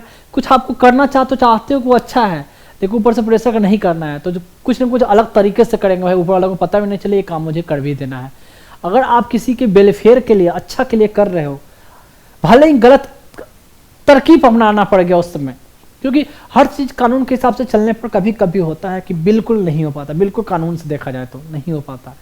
कभी कभी अच्छे काम करने के लिए तरीके बदलने पड़ सकते हैं, लेकिन आपका इंटेंशन अगर आपका सही रहा हो, आपने लोगों को वेलफेयर के लिए किया हो, ऊपर वाला भी आपको देखेगा, आपके साथ गलत नहीं होगा, ये मान के रखना। और देखना, सर्विस में एक्सपीरियंस करना, ये होता है, ये होगा। तो खैर ये तो यहाँ तक म्यूनसिपाल्टी और पंचायत मैंने बता दिया लगभग ऑलमोस्ट। अब चलते हैं नेक्स्ट, पंचायत के बारे में बताया। अब देखें, थोड़ा क्वेश्चन कर लिया जाए। मैं तो पहले ही बोला ना, क्वेश्चन आता है तो मुझे भी थोड़ा रिलीफ लगता है और आप लोग को भी लगता है हाँ क्वेश्चन आ गया, कुछ तो होगा अलग, थोड़ा मन बहलता है। हाँ, हम लोग का मन बहलने का क्या सोर्स हो गया, हम लोगों का क्वेश्चन आती है तो हम लोगों का इंटरटेनमेंट होता है, इन द सेंस एग्जाम में क्वेश्चन आती है तो बच्चों को पसीना छोड़ता है, ठीक है। और हमारे पढ़ाने में अभी क्या है, जो क्वेश्चन आते हैं तो रिलैक्स होता है, फील होता है यार कुछ अब थोड़ा सा, एक हम लोग एक तरह से मान लें एंटरटेनमेंट ही है क्वेश्चन आना, ब्रेन रिलैक्सिंग ही एक्सरसाइज कर सकते हो आप, उस आपसे ज़्यादा मेरे लिए, मुझे थोड़ा कम बोलना पड़ता है। देखो मैं थोड़ा फास्ट भले ही बोल रहा हूँ क्योंकि इतने कंटेंट देना है, स्लो स्लो स्लो स्लो बोलूँगा बोर हो जाओगे, कंटेंट दे भी नहीं पाऊँगा। दूसरी बात, बहुत सारे लोग सुनते हो या वीडियो देखते हो तो अल्टीमेटली क्या करते हो, आजकल तो लोग 2x 3x पर सुनते हैं, फास्ट करके सुनते हैं ऐसे कि जल्दी सुनना है। तो भाई जितना तुमको 2x करने की जरूरत नहीं, मेरा जब मुझे देख रहे हो ना, मैं 1x 2x 3x हर एक्स पर पहुंच जाता हूँ समय के अनुसार, सिचुएशन के अनुसार, ठीक। तो अब देखिए क्वेश्चन देखें, क्वेश्चन है ये 2017 का सिविल सर्विस 2017 का क्वेश्चन है, local self government can be best explain as an exercise in किसमें, फेडरलिज्म में, democratic decentralisation, administrative delegation, direct democracy. Direct democracy तो हमारे यहाँ है नहीं, डायरेक्ट डेमोक्रेसी तो स्विट्जरलैंड में होती है। अब देखिए फेडरलिज्म, तो लोकल गवर्नमेंट से पहले फेडरलिज्म तो था ही, फेडरलिज्म तो सिर्फ लोकल स्टेट गवर्नमेंट और सेंटर ऐसी वो है। एडमिनिस्ट्रेटिव डेलीगेशन, सिर्फ एडमिनिस्ट्रेटिव डेलीगेशन थोड़े ही दिया गया है, उसके साथ साथ ये हुआ डेमोक्रेटिक डिसेंट्रलाइजेशन, बार बार मैंने शायद चर्चा किया है, नहीं चर्चा किया है। डेमोक्रेटिक मतलब लोकतांत्रिक, डिसेंट्रलाइजेशन का मतलब होता है विकेंद्रीकरण, कहीं सेंटर का कंट्रोल ना, और डेमोक्रेटिक मतलब लोगों के द्वारा ही, और सेंटर से कंट्रोल हटा के लोगों को ही कंट्रोल दिया गया, तो ये हुआ डेमोक्रेटिक डिसेंट्रलाइजेशन। ये पहले मैंने कहीं स्लाइड में हो सकता है चर्चा किया हो या ना किया हो, आई डोंट नो, पर ये एक बार देख लेता हूँ, मुझे भी ध्यान नहीं है, आई थिंक मैंने चर्चा नहीं किया है शायद, कोई नहीं, तो मतलब समझ ले। बाद में मैं जब वहाँ पढ़ाऊँगा आपको, क्या बोलते हैं, देखिए एक चीज़ यहाँ, ये चीज़ चर्चा नहीं किया था, नगर पंचायत का मतलब हुआ, नगर पंचायत ऐसे एरिया जो ट्रांजिशन एरिया है, मतलब गांव से, मतलब विलेज अर्बन कह सकते हो, रूरल से शहर की ओर ट्रांजिट कर रहे हैं, तो न फुल्ली रूरल भी कहा जा सकता है ना फुल्ली अर्बन भी, तो उसके लिए जो होता है वो नगर पंचायत होता है। ये है काउंसिल कॉर्पोरेशन तो पता ही है, शायद मैंने डेमोक्रेटिक डिसेंट्रलाइजेशन ये वर्डिंग, हाँ देखो इस्तेमाल किया है, देखो डेमोक्रेटिक डिसेंट्रलाइजेशन वर्डिंग इस्तेमाल किया ही था, मेरे ध्यान में खुद नहीं आ रहा था कि लिखा मैंने स्लाइड में मेंशन किया है नहीं, डेमोक्रेटिक डिसेंट्रलाइजेशन। तो ये है, अब है नेक्स्ट देखते हैं,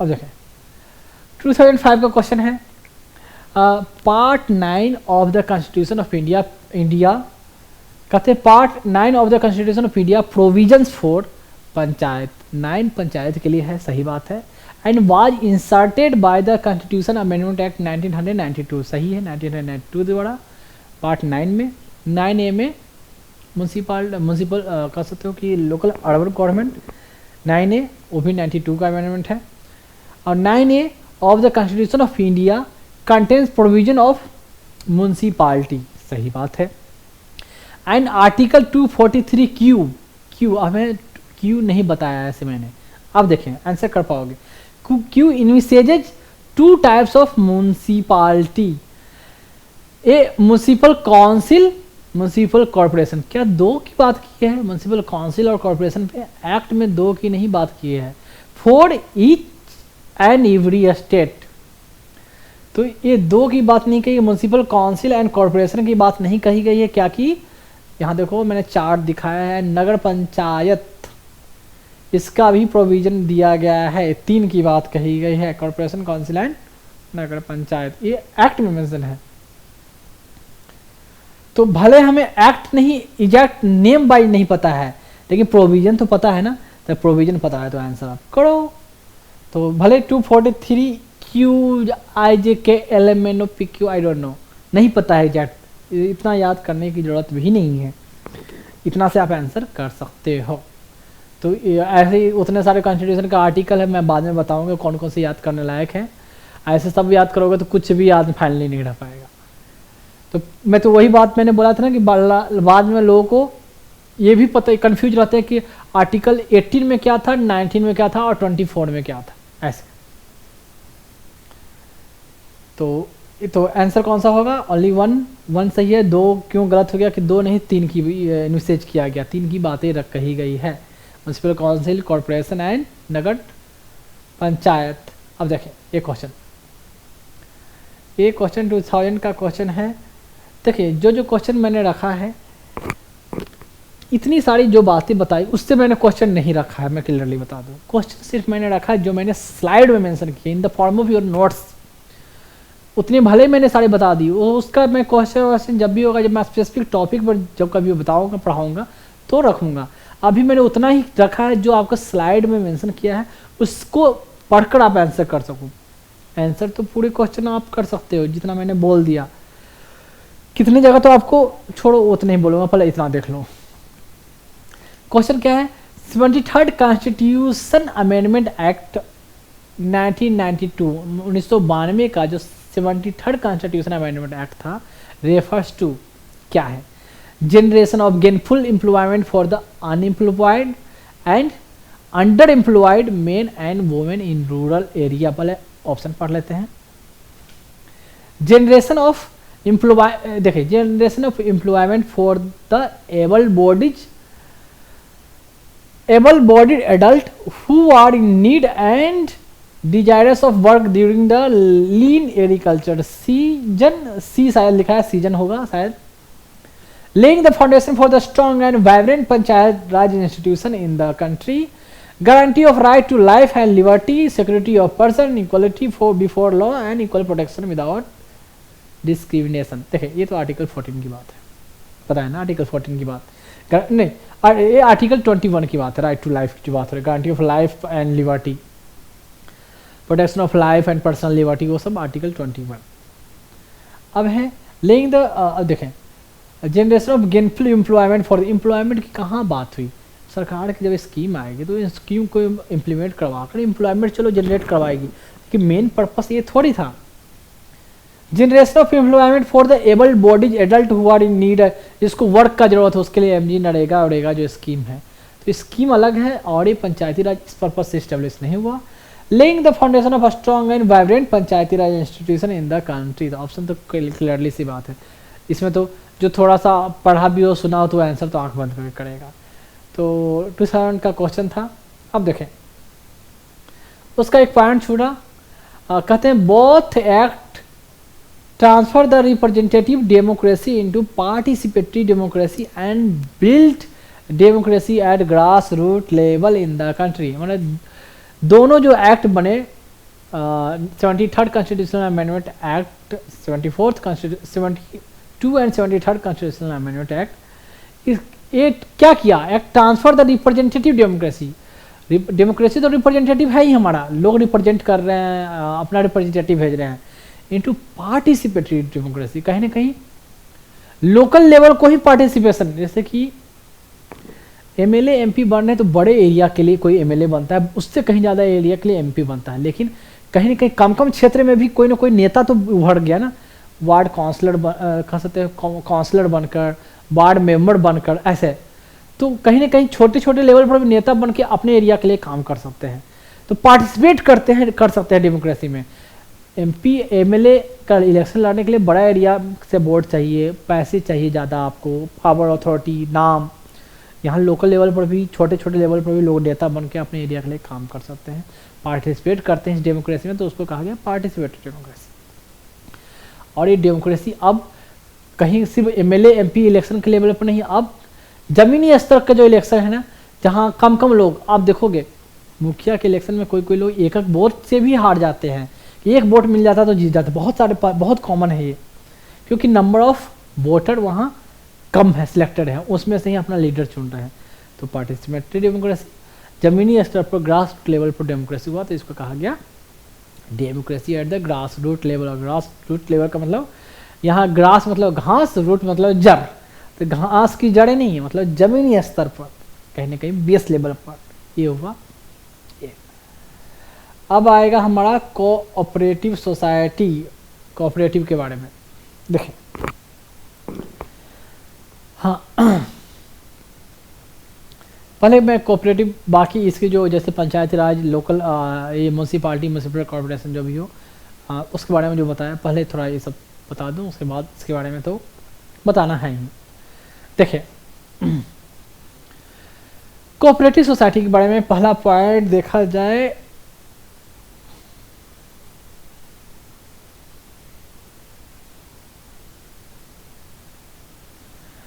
कोऑपरेटिव सोसाइटी। अब पहले कोऑपरेटिव सोसाइटी कहते कैसे जानो, डिफाइन कर देता हूँ थोड़ा। कोऑपरेटिव सोसाइटी देखिए, ऐसा सोसाइटी मीन्स ए सोसाइटी जो रजिस्टर्ड है और deem to be registered under any law relating to cooperative society for the time being in force in any state.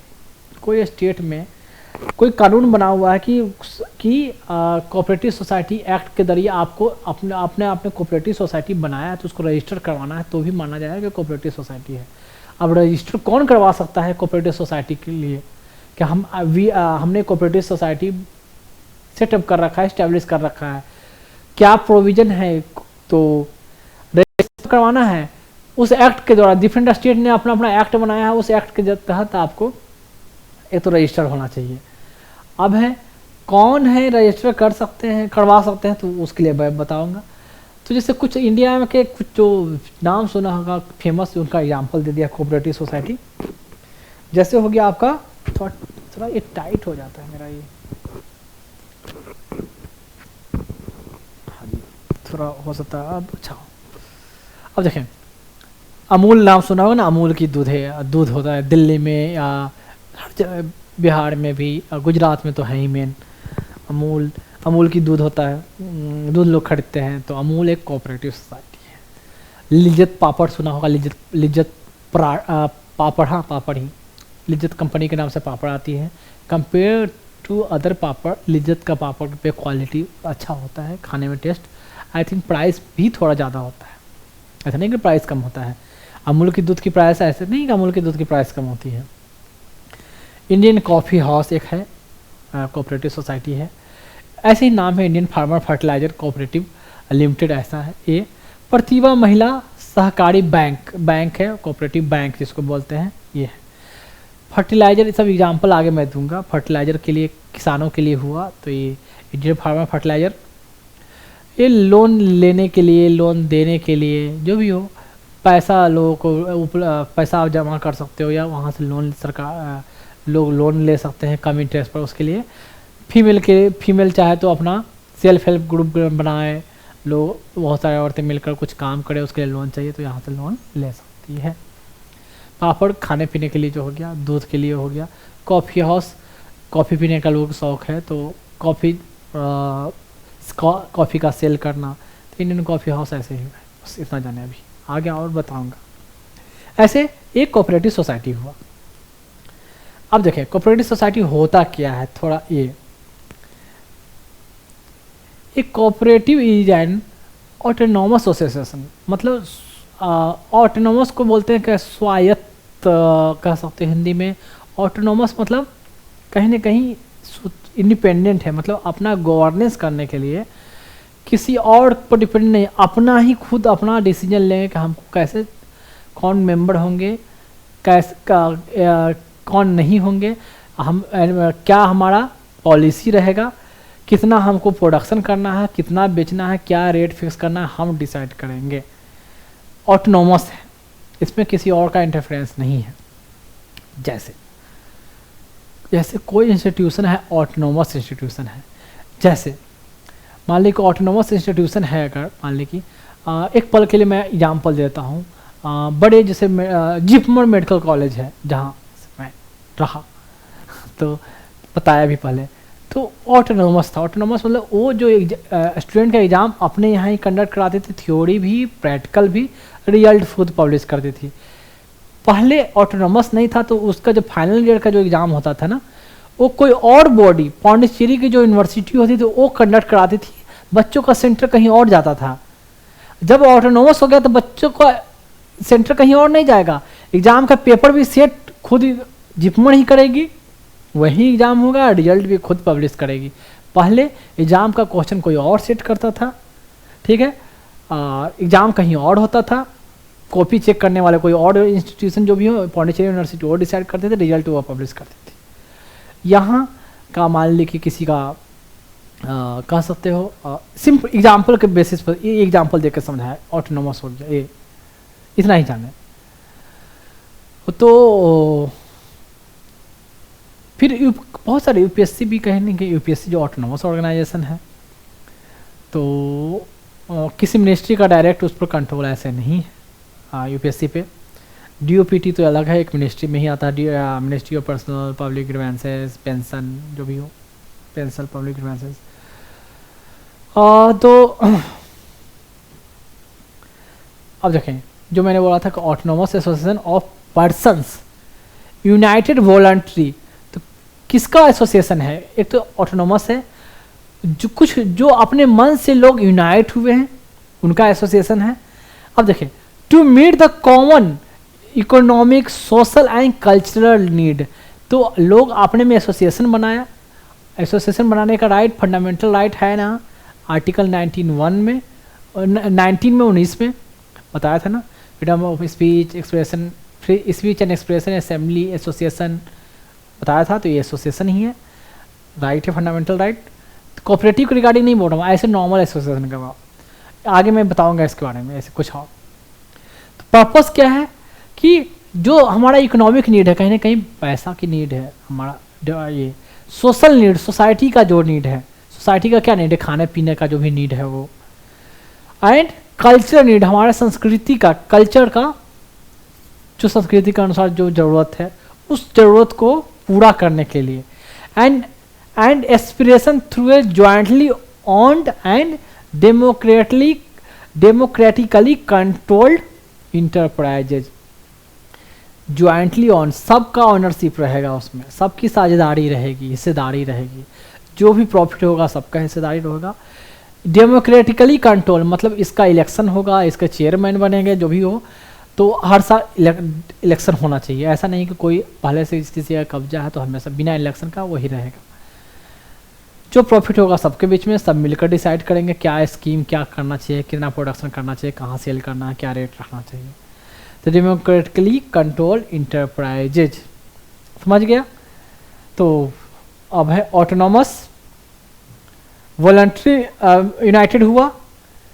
Need, गोल क्या है, economic, social and cultural need को पूरा करने के लिए, एंड ज्वाइंटली ऑन करेंगे, सबका ऑनरशिप रहेगा, एंड डेमोक्रेटिकली कंट्रोल मतलब इलेक्शन होकर करने का मतलब लोगों की इच्छा के अनुसार उस पर कंट्रोल रहेगा, जैसे लोग चाहेंगे वैसा कंट्रोल करेंगे, एडमिनिस्टर करेंगे। तो ऐसा एंटरप्राइज जो हुआ उसको कोऑपरेटिव बोलते हैं।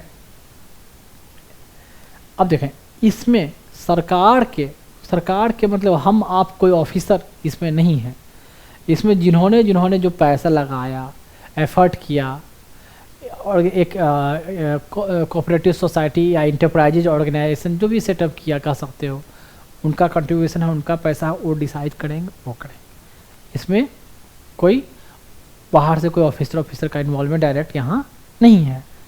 यह है कोऑपरेटिव सोसाइटी। अब देखें कुछ इसके बारे में, based on the cooperative value of self help, मतलब क्या वैल्यू है, क्या इसका मूल्य है, क्या मतलब एक तरह आदर्श है कि आप सेल्फ, खुद को सहायता करना है, खुद की जिम्मेवारी होनी चाहिए, डेमोक्रेसी होनी चाहिए, डेमोक्रेसी में सबकी बात सुना जाए, for the people, all the people, by the people, लोगों का द्वारा सरकार, मतलब यहाँ शासन हो करने का मतलब ये ऑर्गेनाइजेशन सेटअप हो, सबके लिए शासन हो, सब मिलकर करें, ये हुआ डेमोक्रेसी। इक्वलिटी की बात, सबको इक्वल, मतलब जिसका जितना कंट्रीब्यूशन रहेगा उतना उसको शेयर मिलेगा। इक्विटी करने का मतलब होता है कि साझेदारी की बात। इक्वलिटी मतलब सब वहाँ ऑनर हैं, बराबर हैं, कहने का मतलब कहीं पावर दी गई, कहने का मतलब ऐसे है, रियलिटी ऐसे थोड़ी होता है, थोड़ा डिफरेंस होता है। इक्विटी मतलब साझेदारी की बात कही गई, जितना प्रॉफिट होगा सब साझेदारी होगी। सोलिडिटी मतलब एकजुट होकर काम करेंगे। तो ये हुआ, इस वैल्यू पर कोऑपरेटिव सोसाइटी होती है। अब देखें, it is based on the important philosophy. Important philosophy एक क्या है, known as all for each, सभी, all for each and each for all, सब लोग, ऑल हर कोई के लिए है और हर कोई सबके लिए है, ये इसका फिलॉसफी है।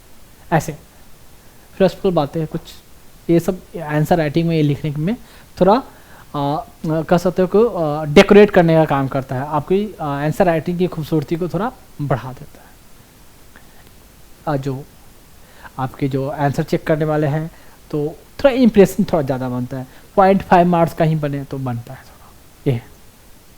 अब ऐसा नहीं कि मेन कंटेंट नहीं दिया, ऐसे ऐसे अच्छी बातें कर दिए तो आपको नंबर मिल जाएगी। कंटेंट तो पहले आपको देना ही देना है, साथ में ये सब कुछ छोटी जैसे कहते हैं ना कि आप क्या आप कोटेशन दे सकते हो क्या, पहले तो कंटेंट जान जाए ना, पहले ही कोटेशन रटने पे बच्चे लगे हुए हैं कि ये कोटेशन आंसर राइटिंग में दे दिया। कंटेंट पता हो तो ही कोटेशन काम आएगा, कंटेंट पता ही नहीं हो, सही से जानते नहीं, या कोटेशन में कोटेशन भरे जा रहा है, कोई फ़ायदा नहीं है। टॉपिक खत्म होने के बाद मैं बता दूं, थोड़ा सा मैं अपने चैनल के बारे में कोई प्रमोट एडवर्टाइज नहीं कर रहा, बस थोड़ा सा बताना पड़ता है। ये हमारे चैनल जो आप यूट्यूब पर जो देख रहे हो उसका तो नाम ऑलरेडी पता चल गया होगा, तभी आप खोल कर देख रहे हो। तो ये यूट्यूब पर चैनल इस नाम से है, और मेरी जहाँ भी लोगो होगी हमारा तिरंगा वो होगा। फेसबुक पे, ट्विटर पे जिसको एक्स बोलते हैं, या यूट्यूब पे या इंस्टाग्राम, वेरीवर। तो इसकी जो आईडी होगी इस नाम से देख सकते हैं, ऐसे इसे सर्च कर सकते हैं। क्या है @Dr.Vikas IAS, ठीक। एंड नेक्स्ट चलते हैं, और जैसे सब लोग बोलते हैं या एज यू विश, जैसे फॉलो करो, क्या बोला जाता है, like subscribe and follow, something like that, तो योर विश। अगर अच्छा लगे तो ही करेंगे, अगर बेनिफिट हो रहा है तो ही करेंगे, कोई कंपलसरी कोई दबाव ऐसा नहीं है, ठीक है। खुद अगर लगा कि हाँ हमने समथिंग डिफरेंट अचीव किया, कुछ मुझे अच्छा मिला, देन ओनली, कोई कंपलसरी नहीं है। और जो मैंने कोशिश की है बेस्ट से बेस्ट देने की, मैंने अपने बच्चों के लिए कोशिश की है। और ये इंस्टाग्राम का है, तो इंस्टाग्राम का ये लोगो, जैसे यहाँ यूट्यूब का लोगो था, ये इंस्टाग्राम का लोगो है। और जो हमारी जो आईडी है ये पता नहीं है, थोड़ा आगे पीछे हो गया है, इसमें एक साथ होनी चाहिए था, पता नहीं, मैं स्लाइड में करता हूँ तो ये आगे पीछे हो जाता है, मैंने पहले भी बताया है। तो एक साथ में ही होगी, Dr.Vikas_IAS। तो ये रहेगा आपका इंस्टाग्राम पर। हालांकि यूट्यूब, इंस्टाग्राम जितने भी हैं सब लिंक किया हुआ है, तो एक से जाकर दूसरी जगह आप जा सकते हो। तो थोड़ा सा इसकी एक जगह कर लेंगे, ये अपन अप डाउन हो गया है। लैपटॉप में तो नॉर्मल दिखता है स्लाइड में, पर इसमें करने के बाद यहाँ ऐसे आ जाता है डिजिटल बोर्ड पे। तो ये चला जाए, ये एक बार कोड भी इंस्टाग्राम में शायद जनरेट होता है, इसलिए ऐसे है। तो बार कोड को स्कैन करके भी चाहे तो वहाँ पहुँच सकते हैं। तो ये वीडियो हर जगह अवेलेबल होगी, कुछ शॉर्ट जो बोलते हैं छोटे छोटे वीडियो भी डालना, तो वो सब डाला हुआ मिलेगा आपको। तो अगर स्कैन हो जाती है तो वीडियो से तो गुड। इसको थोड़ा मैं और जूम कर दूं, ये रहा इंस्टाग्राम का। अब देखेंगे ये है ट्विटर, जिसको अब एक्स बोलते हैं, पहले ओल्ड ये था ट्विटर एंड अब हो गया है एक्स। तो एक्स में जो हमारी अकाउंट है, ऐसे फॉर्मेट जो आपको दिखेगी ऐसे इस तरीके से दिखेगा। और जो आईडी जो होता है @Dr.Vikas_IAS, तो इस नाम से आएगा ऐसे। एंड नेक्स्ट है फेसबुक पे। तो फेसबुक पे इस नाम से फेसबुक का लोगो एंड जो चैनल रहेगा उस पर ऐसे आएगी। और आई थिंक सिंपल ये डालने से ही शायद ओपन हो जाए या आपको सामने विजिबल होगा, तो ये आप देख सकते हो, ठीक है। और चलते हैं लास्ट, थोड़ा अजीब सा लगता है बोलने में, पता नहीं। ये है बार कोड।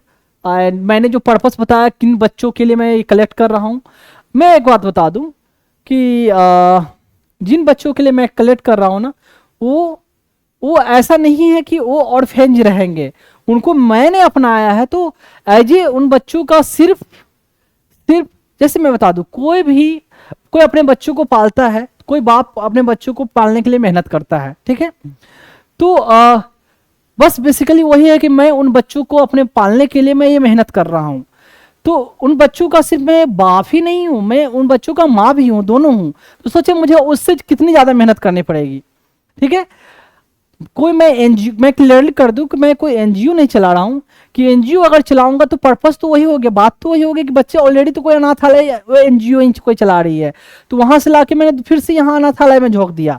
तो ये कोई एनजीओ नहीं है, ये मेरे बच्चे होंगे, तो इसलिए उनके लिए मैं लोगों से डोनेशन नहीं मांग रहा हूँ, मैं जिनसे भी मांग रहा हूँ एज फी मांग रहा हूँ, एज गुरु दक्षिणा बोले वो मांग रहा हूँ, ना कि डोनेशन की बात मैंने की है। तो मैं अपने बच्चों के लिए एज बाप की तरह, एज बाप है नहीं, सिर्फ बाप एंड माँ दोनों की तरह मैं उनके लिए मेहनत कर रहा हूँ, ठीक है, उनके नरिशमेंट के लिए, और उनके लिए मैं फंड रेज कर रहा हूँ, पैसे कलेक्ट कर रहा हूँ। तो ये पर्पस है, ना कि है कि डोनेशन मांगना या चंदा मांगना उन बच्चों के लिए, बिल्कुल नहीं। तो ये क्यूआर कोड है, गूगल पे का है, शायद आपको दिख जाए, स्कैन हो जाएगी वीडियो से, नहीं होती है तो फिर कोई बात नहीं, नीचे यूजर कुछ यूपीआई आईडी मैंने ऐसे मेंशन कर दिया है, ये योर विश, ये है यूपीआई आईडी एंड थोड़ा बड़ा account number and IFSC code. तो मैं बोल दूं यूपीआई आईडी क्या है, विकास VIKSH JIP JIPMER @OK axis, ऐसे मैंने ऐसा बनाया नहीं, अपने आप ऑटोमेटिक ऐसे आ जाता है। एंड अकाउंट नंबर जो मेंशन है 9200100216200810, मुझे भी कोई अपना अकाउंट नंबर याद नहीं था, मैं बता दूं। एंड आईएफएससी कोड वो भी मुझे याद नहीं है, वो भी है UTIB 003494, सॉरी 000 है, UTIB 003494, ये आईएफएससी कोड है। तो पर्पस बता दिया, आपकी विश बता दिया, जो भी हो, बाकी ये यहाँ तक ये, और फिर आगे धीरे धीरे ऐसे नेक्स्ट चैप्टर पर मैं चलते रहूँगा। तो ऑलरेडी मैंने कवर किया है, बताया है। एक बात और, पॉलिटी में आपको ज़्यादा कनेक्शन मिलेगा, एक चैप्टर से का लिंक बहुत से, पर जब मैं इकोनॉमिक्स पढ़ाऊंगा ना, उसमें रिलेटिवली थोड़ा कम लिंकिंग रहेगा, पर जहां लिंक रहेगा मैं थोड़ा थोड़ा इंट्रोडक्शन देकर चला आगे बढ़ूंगा। पर पॉलिटी में बहुत ज़्यादा लिंक है, तो एक चैप्टर के साथ बहुत सारे मल्टीपल चैप्टर कवर हो जाते हैं, ठीक है, क्लियर। तो डरना नहीं है, धीरे धीरे सब चीज़ हो जाता है, शांति से ध्यान से पढ़ना है।